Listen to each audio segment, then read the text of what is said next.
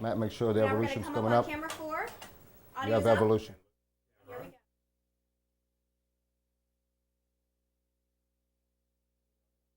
Yes. Hi, good evening. Welcome to Somerville Producers Group. I figured I'd get a little program going about all of the shows that we produce, so we're going to show some footage of Take two. what we've produced. So we have like 50 minutes of footage, so without further ado, we're going to play my footage first. Come down on black. So play VHS. Come down on black. Come up on VHS.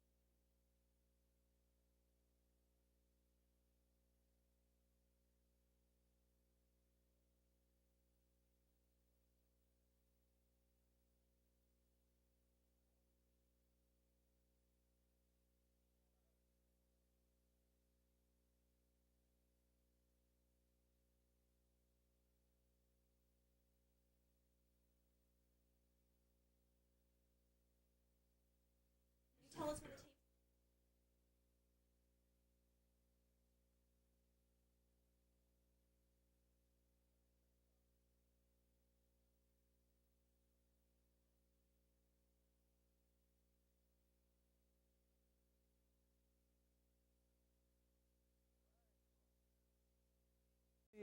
I'm the guy in audio, so pretty much I forgot to raise the bar. So, okay, I'm Joaquin Hernandez, a member of the Somerville Producer Group, and tonight my role is be in the audio board. So if something bad happened, you can blame me. Who's this guy? You will see really soon, you know. Like Anobi mentioned before, we are doing a show about different segments that we produce for different shows. I did a show for the San Valentine show. And I did a green screen. You are not familiar with the green screen, is what they use to change background, is what they use in movies or for special effects. And at that time, this guy was my only help that I have. So I don't know. Matt, can you roll that DVD and see how hard it is to make a green screen? I'm ready to come up on Okay. DVD. DVD, guys. Oh, that's cute. Half naked. Is that you? Yeah, Cool. I look like I a. thought it was one of the. So we're What, gonna we come got back audio up down? on We two got audio again. down in here? We need audio Oh. down in here. Audio. Some more. Yeah. Let me see the DVD. Joaquin, that was really good. Thank you.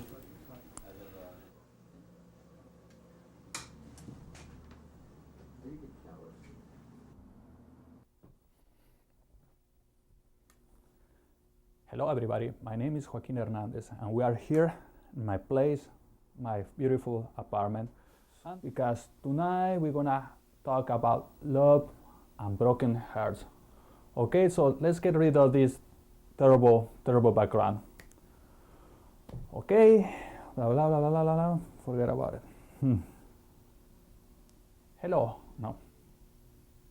Hello, my name is Joaquin Hernandez and we are in my hello.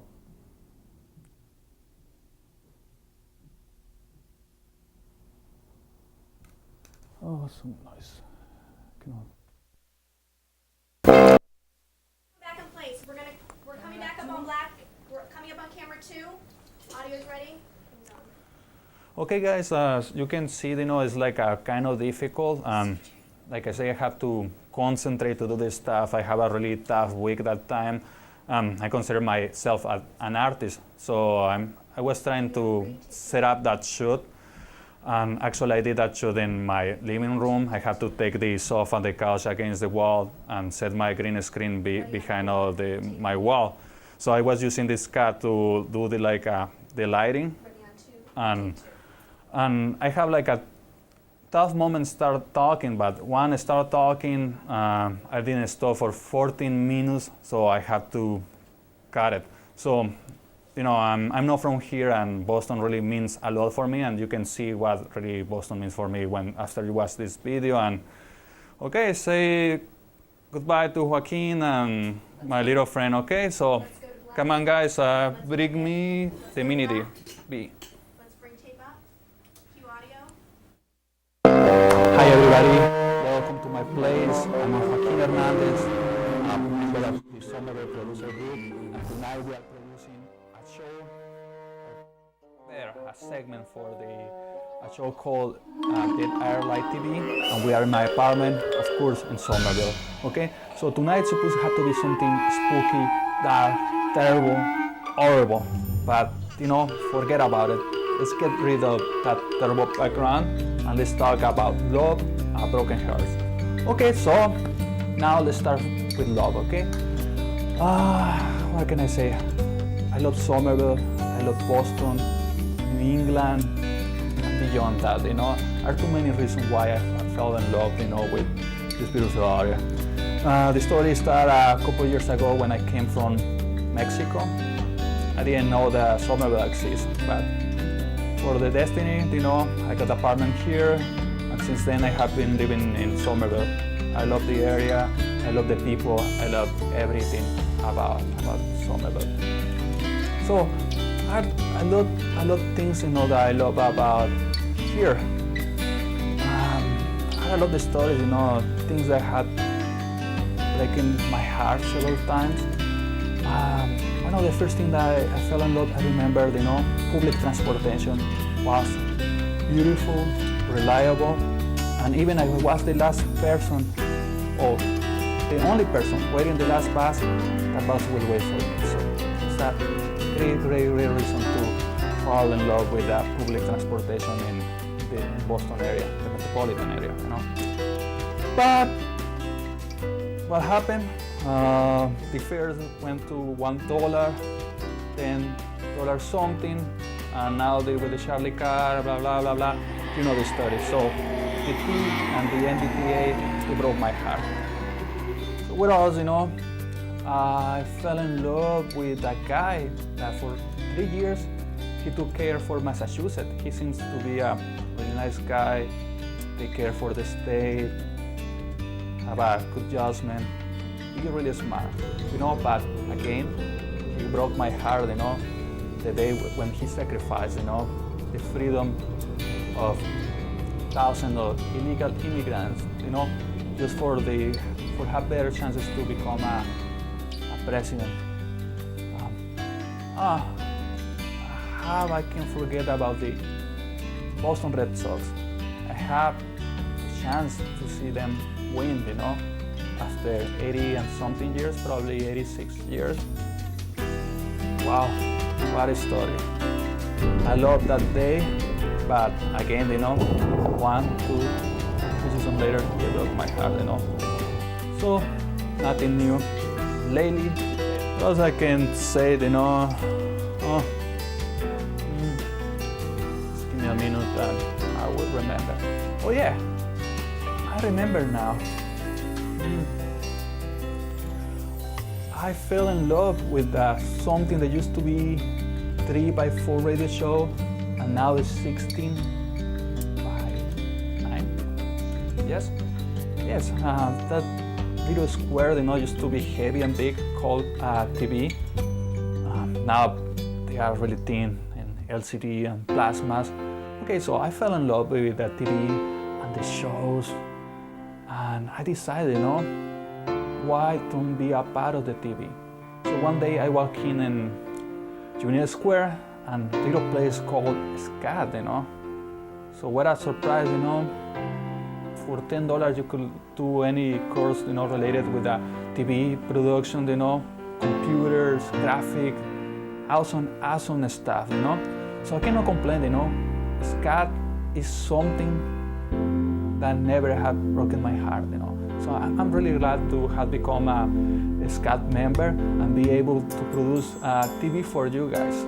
So you feel like you love TV that much, and you want to share your stories, your ideas, something that you really love, you know, I believe SCAT is the place for you. And you don't live in Somerville, and you live in Cambridge, another place, you know, I'm sure there'll be a public access television close to you, and they never will break your heart. So I love Somerville, I love Boston, I love the metropolitan area, I love New England, and New York, why not, you know. Once I fell in love with their towels, twin towels, they were beautiful towels. I took several pictures. I was in the observation deck like twice, but the day that they fell, they broke my heart. But don't be sad. Something good came after that, you know. Days, weeks later, just to walk on the street and see the people, you know, with the candles, the memorials, you know, and you can see the soul of these people, you know, the unity. And it's when I discovered that behind that cold people that doesn't speak with each other, you know, was more than that, you know, something that have all the Americans and the immigrants together. So that day is when I discovered how much I love Boston, the United States, and their people, lovely people. So it's when I discovered, you know, that's no matter your nationality, you are part of America, because America is with all of us, all the people, Somerville, Boston, Arizona, Chicago, here, there, you know, all of us are part of the big country. So the truth, this country without people won't be anything.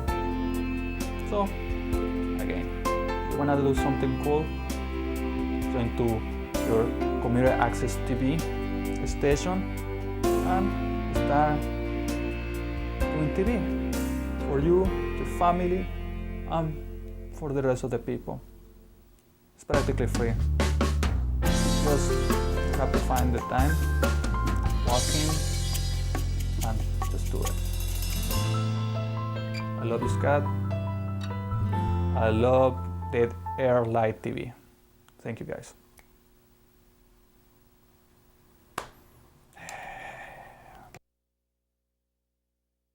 Cue audio, come up on 4. Hi, I'm JoJo, and I'm here with the Somerville Producers Group. I am so proud to be a member of this great group. We have produced 20 shows here at Somerville Community Access Hello TV, and I've done this before. Yes, I have. And JoJo's Dream Card is a show where we inspire kids to believe in themselves and in their dreams. We kind of give kids a roadmap to be the best that they can be, because a lot of kids have big dreams. However, they never get there because they're air dreamers. On JoJo's Dream Card, we show you how to make your dreams come true. And we are very proud to say that Rhode Island PBS is going to be picking up the show. It's going to be airing on August 5th, Sunday mornings at 11:30 a.m. And we're going to be producing all our future shows right here at Somerville Community Access. And I've done this before. Yes, I have. TV. And we're going to be doing 26 shows in early February of 2008. So check it out. We're going to air it right now. So Fade to black. here we go. Let's come up on mini DV. You want your dreams to come true. Just believe it's all up to you. JoJo's Dream Card you'll find. Dreams will open your mind. Step right up, get your dreams here. Hi, I'm JoJo, and this is my dream cart. It's packed with amazing dream things. What's a dream thing? Dream things help make your dreams come true. They spark your imagination. And because we all have an imagination, there are no limits and no rules. Wait, I take that back. There is one rule. When it comes to your dreams, we don't believe in the word no. You see, there are too many people who say no to good ideas. What I call them the negative no-nos. They're the people who think that 2 and 2 equal 4. But you know, sometimes 2 and 2 can equal 22. It just depends on how you look at it. You can see your dreams from every angle. And now, let's meet our young dream doers. Hi, I'm Katie. Hi, I'm Nick. Hi, I'm Brianna. Hi, I'm Greg. Hi, I'm Gabby. I'm going to pull up a cloud, and we're going to try to guess the dream of the day. Who uses a mallet, a chisel, and a gouge? Could be some kind of doctor? Keep thinking. Maybe a surgeon? Use your imagination. A cook uses a mallet? I thought you were going to get it this time. A scientist? An engineer? Someone who works with wood? A carpenter? You are so close. I've got it. Today's dream is wood carving. Today's dream is wood carving.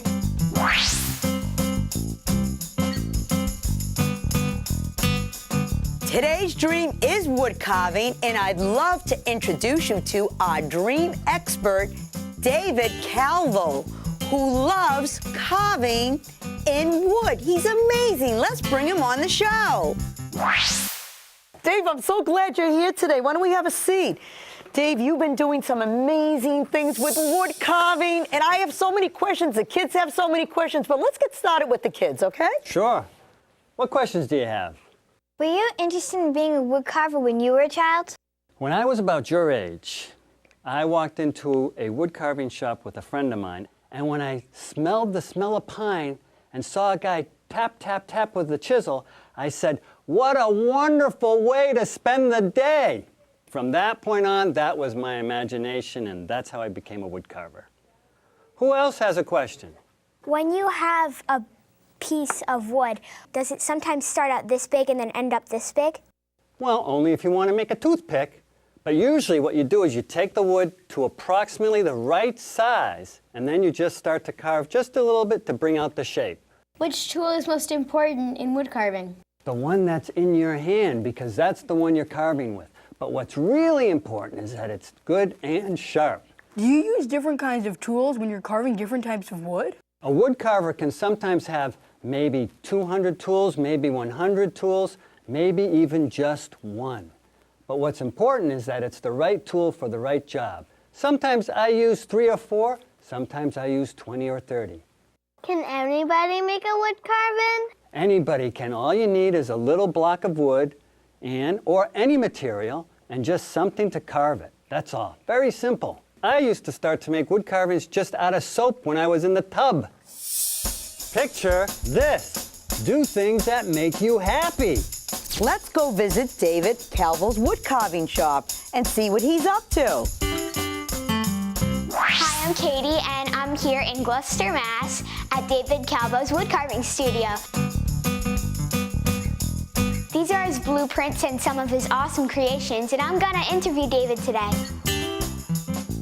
Who was your teacher? Like, who taught you how to become a wood carver? I had two guys that taught me. One guy was a fellow by the name of Frederick Brunner. Frederick Brunner was a German wood carver, and he did a lot of work in churches. And then the other fellow who helped me was a fellow by the name of Arcangelo Cassieri, and his partner was Adio Di Baccari. And Adio was very good in clay modeling. Angelo was very good in wood. So I was fortunate to be trained by those guys. There aren't many guys around that do that sort of stuff anymore. Some of these blueprints, were they made out of like design books? So do you use props for some of your creations, or do you just work with whatever pops up into your head? That was a good question you asked about where do I get my ideas from. These are books that are all compiled from all different periods of time, all different styles of design.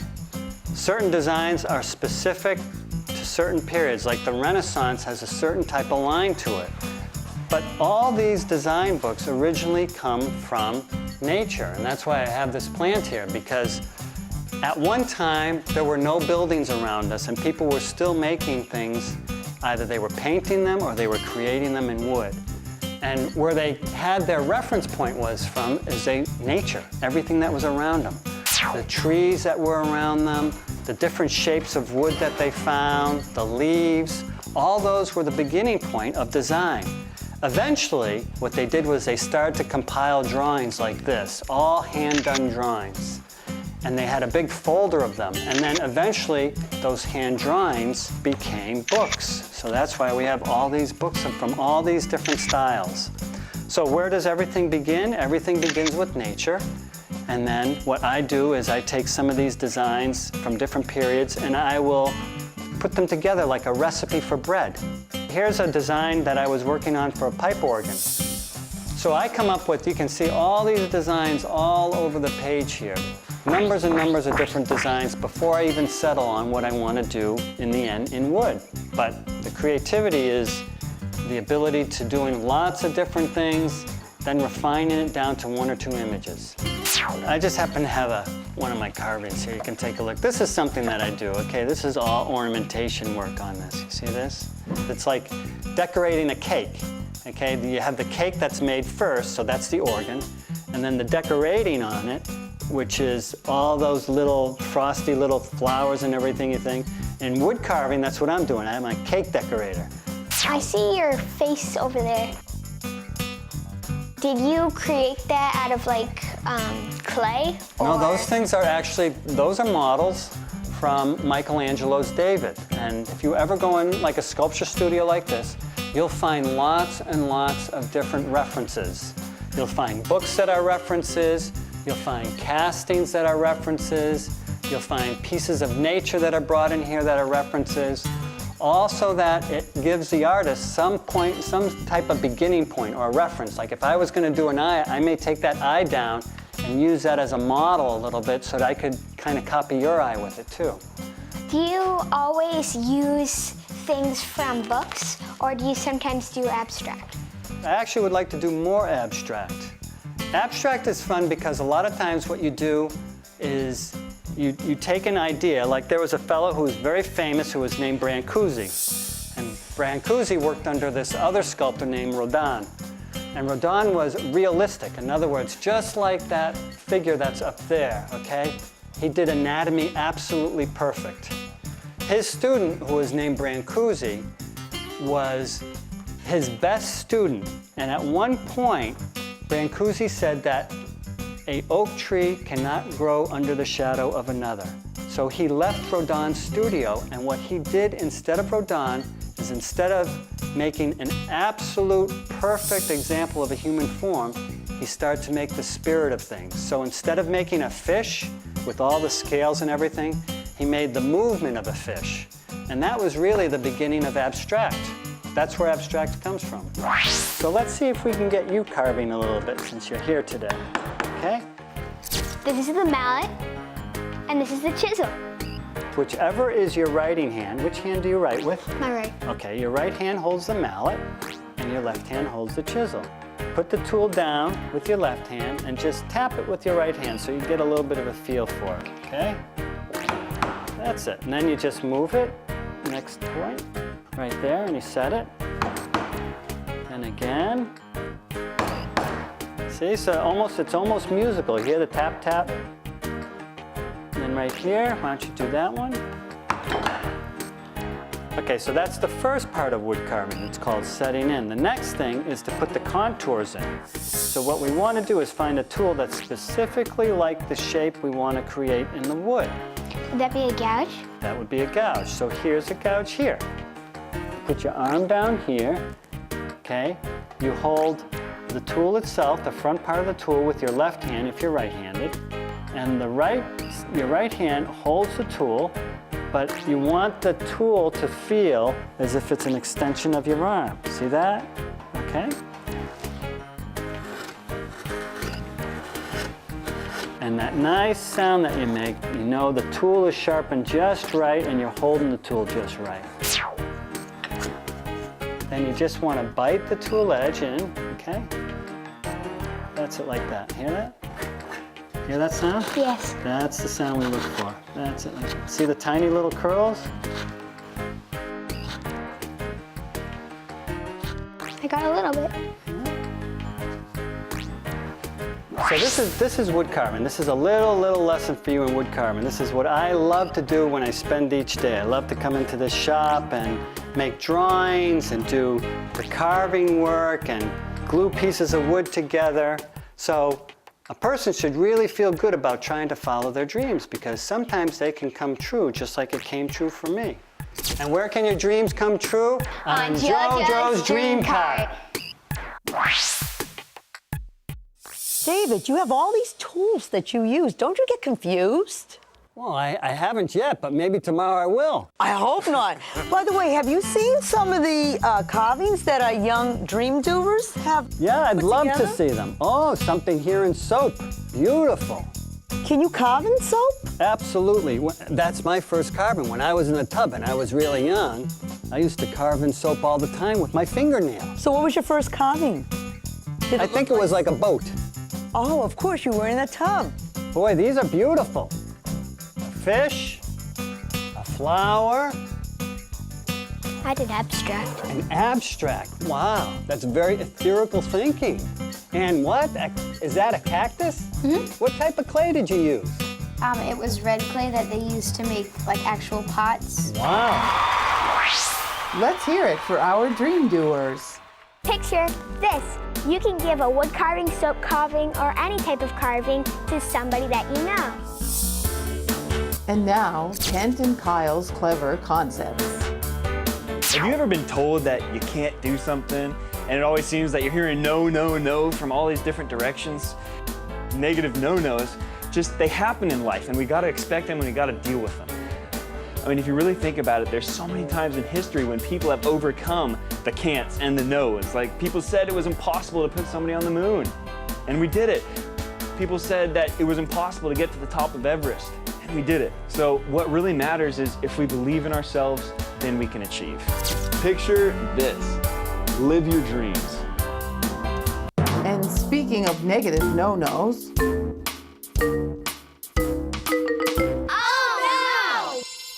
It's a negative no-no. It's a negative no-no. Come over here, negative no-no. Balloons are fun. All right, negative no. Just sit down. Balloon has hair. Oh, the balloon has hair. Negative no-no. What have you Is been this up? color make me look fat? I don't know what else I have in here. That one's not even mine. Can you just behave for a minute? What are you doing? Confetti. Oh my goodness. I'm gonna take the whole bag back. All right. Just calm down. Okay, I'm calm. I'm calm. I want to know what you've been up to. What have you been up to? Anything constructive? Have you done anything productive in your life? I haven't done much of anything lately. Why don't we give negative no-no something constructive to do? Sounds like a great idea. You know why you're here? I don't. Yes, you're here because you're going to learn how to become a wood carver. What? Can't you get splinters? But the kids here today, we're going to tell you how to become a wood carver, and David Calvo is going to show you how to become a wood carver. But I don't know how to do it. Well, you know, I have a little something here for you. I have a bar of soap. I already took a shower. But negative no, the soap is not for the shower, and Not I'm for the glad you shower? have good hygiene and you're keeping clean. That's I am. really important. But the soap is for you to carve something out of. Yes. How do you do that? Well, our young dream doers over here, they're going to tell you how to take a bar of soap and make a wood carving? Wow. Greg! Well, you could use a knife and take the bar of soap and carve it into your favorite animal. You know, I like animals. But isn't the knife, isn't that sharp? Couldn't you hurt yourself? Not if it's plastic. Oh. You have to make sure you're careful with the knife and make sure that you don't make any mistakes on your wood carving. I'll try. Sometimes I make mistakes. Is that okay? Making mistakes is fine as long as you learn from your mistakes. What do you think, guys? Yeah, I have a lot of soap. And once you're done carving your thing, make sure you clean up your mess, not leave it all over the place. That's excellent. Wait a second. Where are you? Come back to us. Mess? Yeah, do you make a mess? Yeah, sometimes. I have a feeling you make a lot of messes, but I also know, too, that you know how to... Clean it up. Yeah, exactly. You got that right. Negative no-no, I'm going to give you this bar of soap. Let's see what you could do with it. Can you give it a try? There's a lot of people out there that'll talk a great game of how they're going to do something in the future.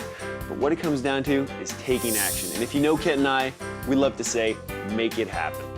What do you think, guys? You think? You can do it. Yeah.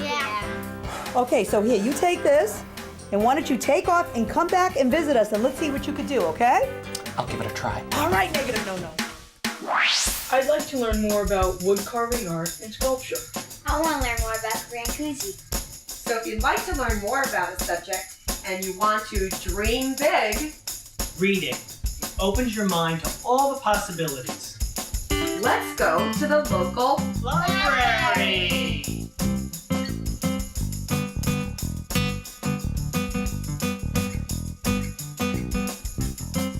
Can you help us find out some information on wood carving, art, and sculpture? Don't forget Brancusi. Sure, I can see what we have here.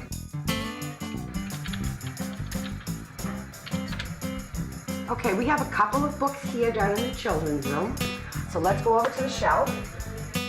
Gee, it's nice to see kids interested in art. There's a whole book on Brancusi. Cool. And this one also has a lot of information. It's not a whole book on him, but it's a book on art and wood carving. And so you might want to take a look through that. He looks like he has some really good pictures of art. He's a talented guy. I like his sculptures. They're all so intricate. I wonder how long it took him. Here's a picture of him. I suppose that he's pretty interested in abstract art, because some of the titles on these, they don't really look like what you would think they would look like. When you read a book, you really get into it. Sometimes it's like you can't put it down. You go into a whole nother world. There are probably other resources. I guess one of them would be an art museum, don't you think, Greg? With the help of your parents, you can use the internet as well. So let's all dream big. Let's check back with negative no-no. I gave it a try. Oh my goodness, look what negative no-no has done. What is this? Yeah, it's Pig. It's my pig. Yeah, my pet pig, Snorty. Can you do a sound like a pig? I can. Yeah, he won first prize. My pig. All right. Hey, what do you guys think of his pig? Creative. It's really awesome. Great. It's awesome. Yeah. I would love to give negative no-no a pair of golden dream wings. What do you guys think about that? Definitely. Yeah. All right, so are you ready for your golden dream wings? Because we're going to turn you into a... Positive yes, yes. There you go, negative no-no. Congratulations. Thank you. You're awesome. Picture this. I hope negative no-no stays a positive yes, yes. What have you learned today, positive yes, yes? It takes 1% inspiration and 99% perspiration. Picture this. Learning about wood carving was fun. Wood carving is fun and funny too. How does a wood carver perfect his skills? He sticks to it. How did the carpenter break his teeth? He chewed his nail. What is part pig and part tree? A porcupine. What's the best way to carve wood? Whittle by whittle. Why did the boy become a woodcarver like his father? because he was a chip off the block. Picture this. Remember, if you believe in yourself, you can do anything. And remember, dreams are always inside of you, and there's not a negative no-no who can take them away. Sweet dreams, everybody! How much wood could a carver cut if a carver had his way? How much wood could a carver cut on any given day? Tap, tap, tap goes the mallet. Chip, chip, chip, chip away. Tap, tap, tap goes the chisel. Ideas are taking shape. How many tools does a carver have to carve a block of wood? How much glue does a carver use to glue a block of wood? Tap, tap, tap goes the mallet. Chip, chip, chip, chip away. Tap, tap, tap goes the chisel. Ideas are taking shape. The biggest thing that a carver has is his outline. Then he sketches on the wood that carving looks real fine. Tap, tap, tap goes the mallet. Chip, chip, chip, chip away. Tap, tap, tap goes the chisel. Ideas are taking shape. How much wood would a woodchuck chuck if a woodchuck could chuck wood? A woodchuck all he could if a woodchuck could chuck wood.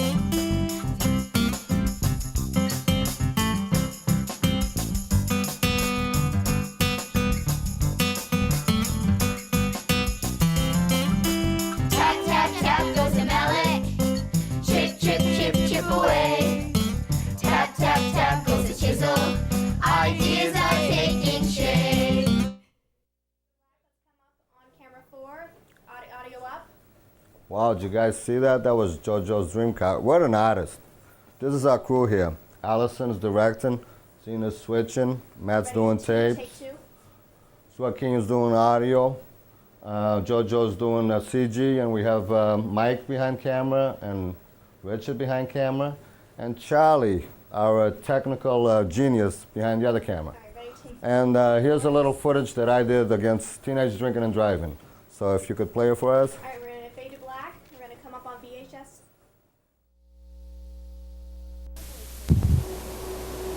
My boys take after their father. They love to drink. So did he until alcohol put him in his grave. Hi, Mom. Hi, Ronnie. Paul and Cindy called. Yeah, I already talked to them. I'm going jogging with John and Heidi.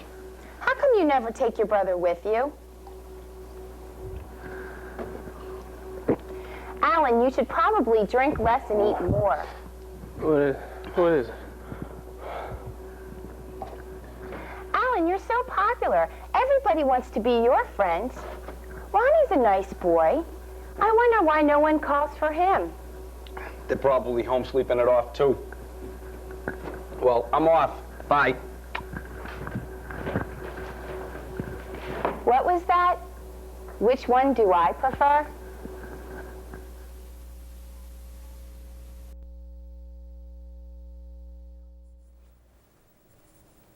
Hi, I'm Allie.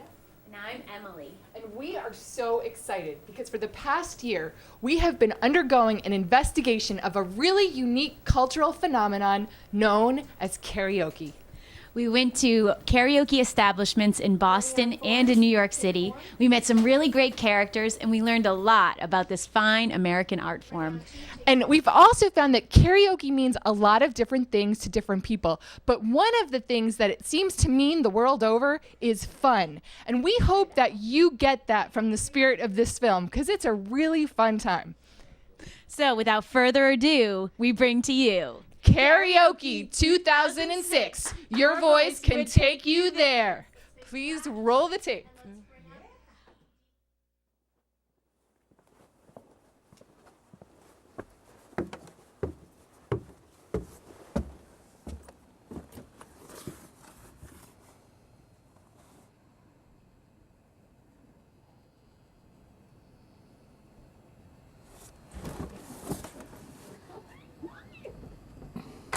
Hello, look, I'm wearing my shirt.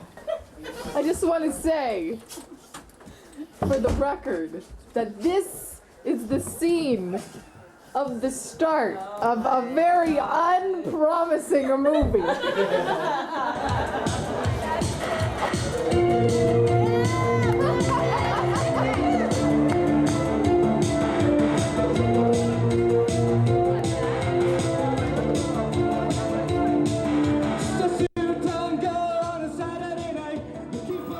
For centuries, singing and music making has been the source of joy and communal bonding for cultures all over the world. In my grandmother's day, it meant coming together after dinner to sing songs around the piano. In my mother's day, it meant meeting at the coffee shop, for which she called a hootenanny, where people would sing folk songs until all hours of the morning. But what I've noticed is that in contemporary culture, there isn't really a place where people come together to sing for fun in a communal environment. Or is there? Over the past year, we set out to investigate the phenomenon known as karaoke. We traveled to New York City and visited many karaoke establishments in and around Boston to talk to people who perform karaoke with the intent of answering one central question.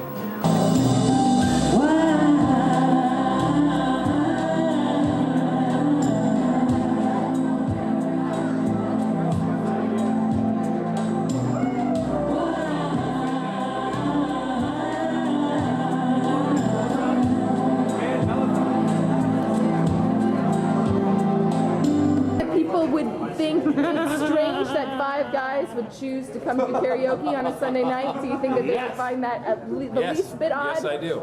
How do you feel about that? I feel okay about it. I also think it would be weird that Scott and I were going to go home and shower together with animals. Different species, whatnot. I'm still wondering why his arms are wrapping like this. I do. No, I think it's odd. I think it's strange. That's kind of why we wanted to do it. Yeah. It's because it was fun and quirky and weird. It's an outlet, you know. It's something I can go out and do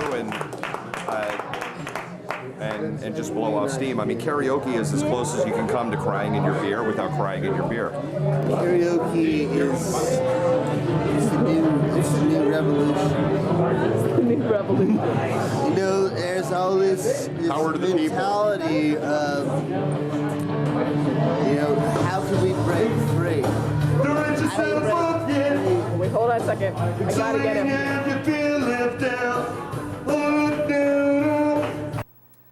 Ah, yes, he's breaking free. Just take some time, little girl, in the middle of the ride. Everything will be just fine. Everything will be alright, alright. It's a form of therapy, really. It's a form of therapy. I think if you can't afford, psychiatrist, karaoke. A lot of people don't have jobs that give them benefits. It may not be. But that doesn't mean they're not crazy. No. I'm crazy. Karaoke. Karaoke does actually seem to function for a lot of people as a form of therapy, as a place where they can release parts of themselves that aren't necessarily condoned by the society at large.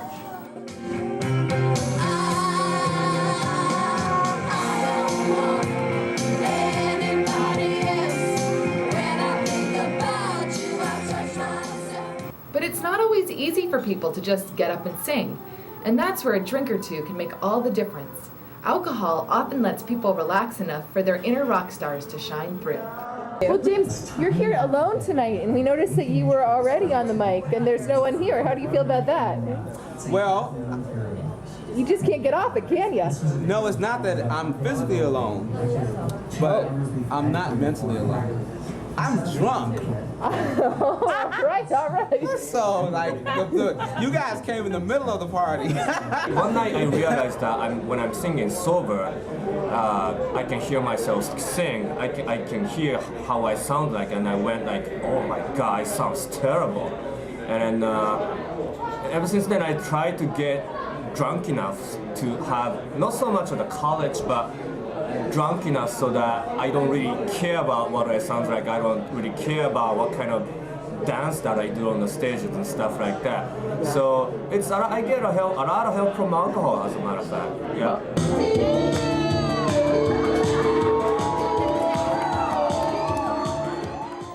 So, Andrea, how many drinks do you think this guys had at this point? I don't know, at my last counting, I was too busy dancing.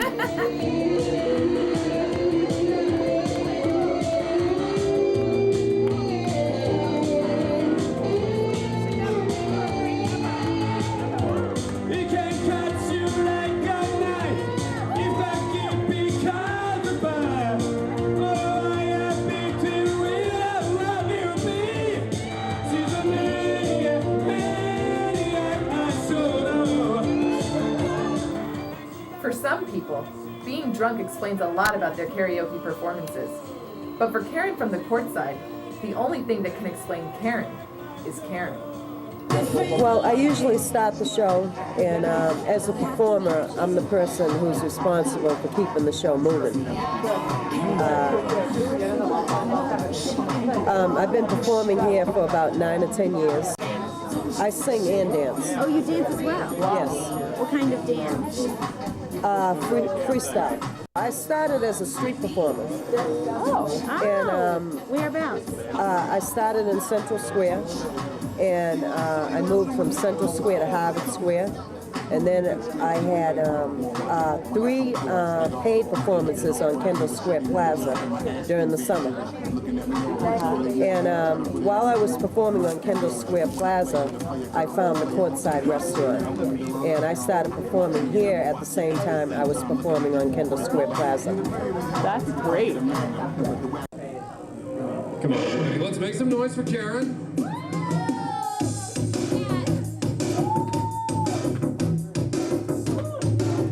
I'm a self-trained performer, and everything you see me do comes naturally.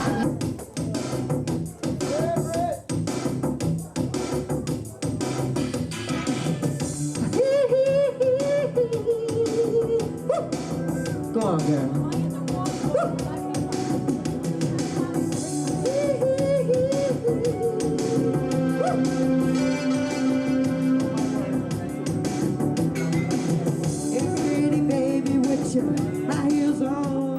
But Karen's not the only famous performer at the courtside. Mark Hoffman, aka Mark the Shark, has been a karaoke institution for as long as anyone can remember.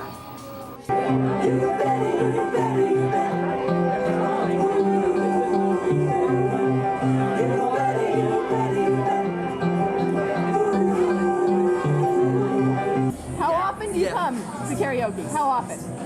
We have karaoke at the courtside every Thursday, Friday, and Saturday night. Yep. And I am here virtually every Thursday, Friday, and Saturday night. And I've been doing it for 10 years. Just about every karaoke night that they have down here, I am here. So how many, could you roughly say you've been here over 100 times? Over 500 times? Yeah, I was going to say I've been here over 100 times last year alone.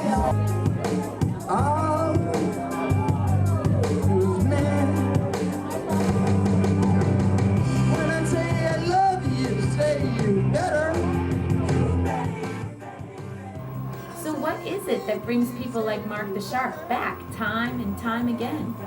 And I don't know what it is. I'm a shy person. I don't, but for some reason when I'm here, I can break out of that shell. I talk to people, I meet people. I'm just a karaoke crack whore, I freely admit that. So you're actually addicted. Yeah. Yeah. So you actually, if you don't do it for a week, you feel it. I feel empty, yeah. Yeah, interesting. And even the nights that I don't sing, I keep my mind constantly occupied about okay, so I did that song last week, so what am I gonna do next? Stuff like that. So it kind of gives your life some purpose. I guess so. So how do you feel after you really nail a song? Oh, it's great. Yeah. Yeah, it's just I don't know what it feels like to be Axl Rose or John Bon Jovi or Justin Timberlake or someone like that up on the stage, but it came pretty close. Yeah. Yeah. And then I know why do they do what they do. Yeah. It's not just about the money. It's not about fortune or fame. It just it just gives us a great sense of satisfaction when you nail it and then the crowd gets it.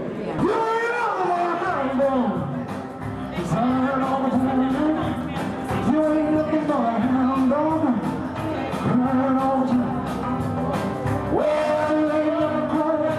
You ain't no friend of mine.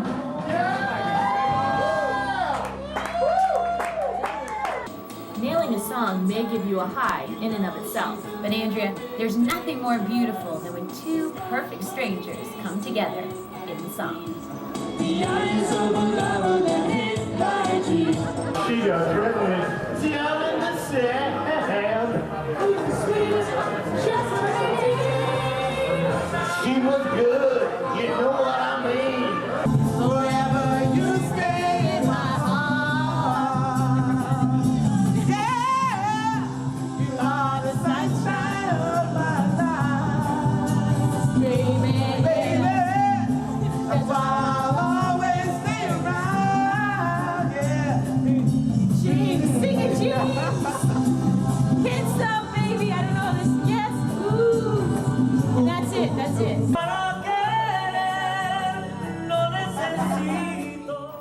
Along our journey, we met many people from all parts of the world and asked them to tell us about why they do karaoke. And then we came upon this man who knocked our socks off. Sing a line from Full Play. Stupid. Oh no, what's this? Spiderwebs tangled up with me.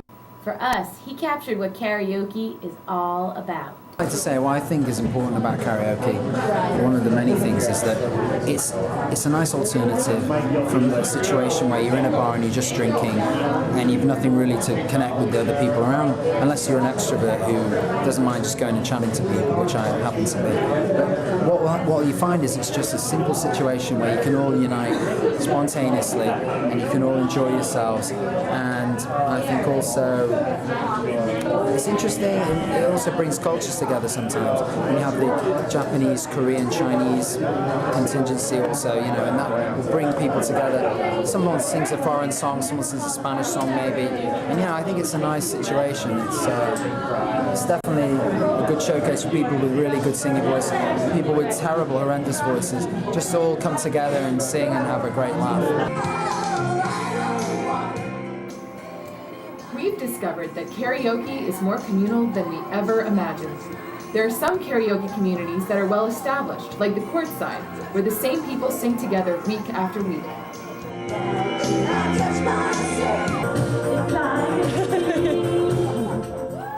But some come about spontaneously and are the product of a shared love of making music. All one has to do to become part of that community is be willing to sing a song. In the words of Madonna, your voice can take you there. Call my name, it's like a little friend. I'm down on my knees. I wanna take you there in the midnight hour. I can feel it. People coming in, welcome to Sing Sing. You know I'll take you there. When you call my name, it's like a little friend. I'm down on my knees. I wanna take you there. It's midnight hour. I can feel your power, just like a friend. You know I'll take you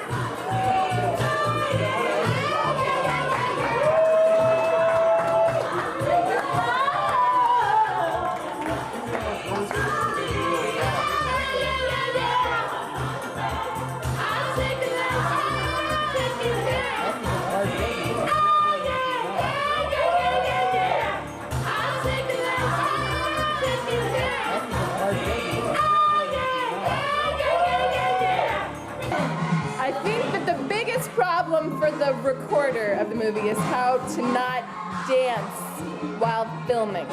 Here, I'll take over.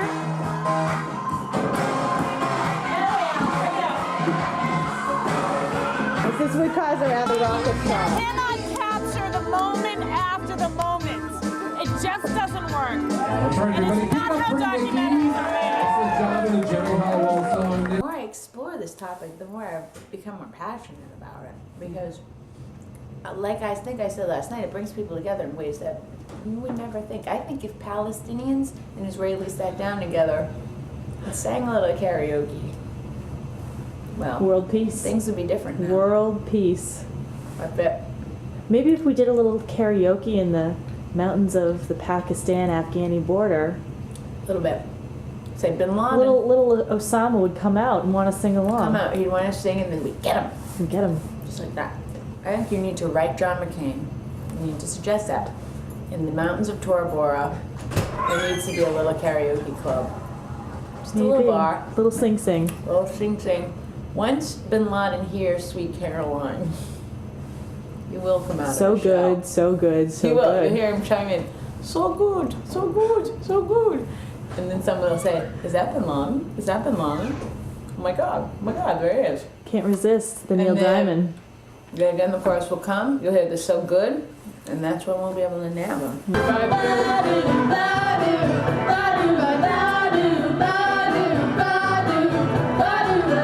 People are enjoying Andrea and Allie's song.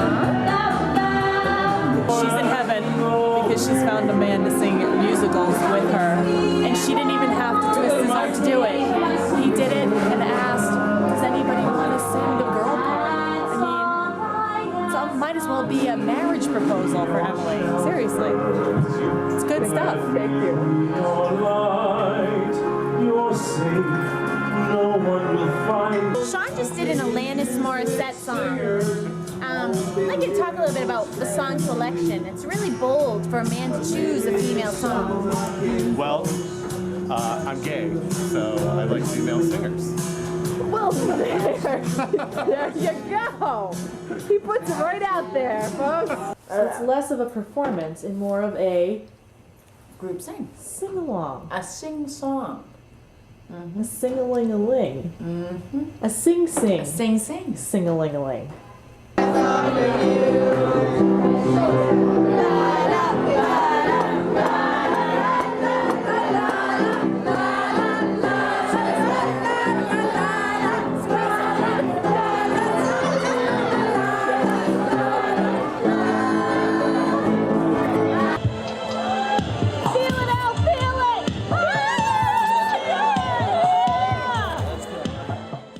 Of our movie, we're going to take you out in a little style with a little karaoke number.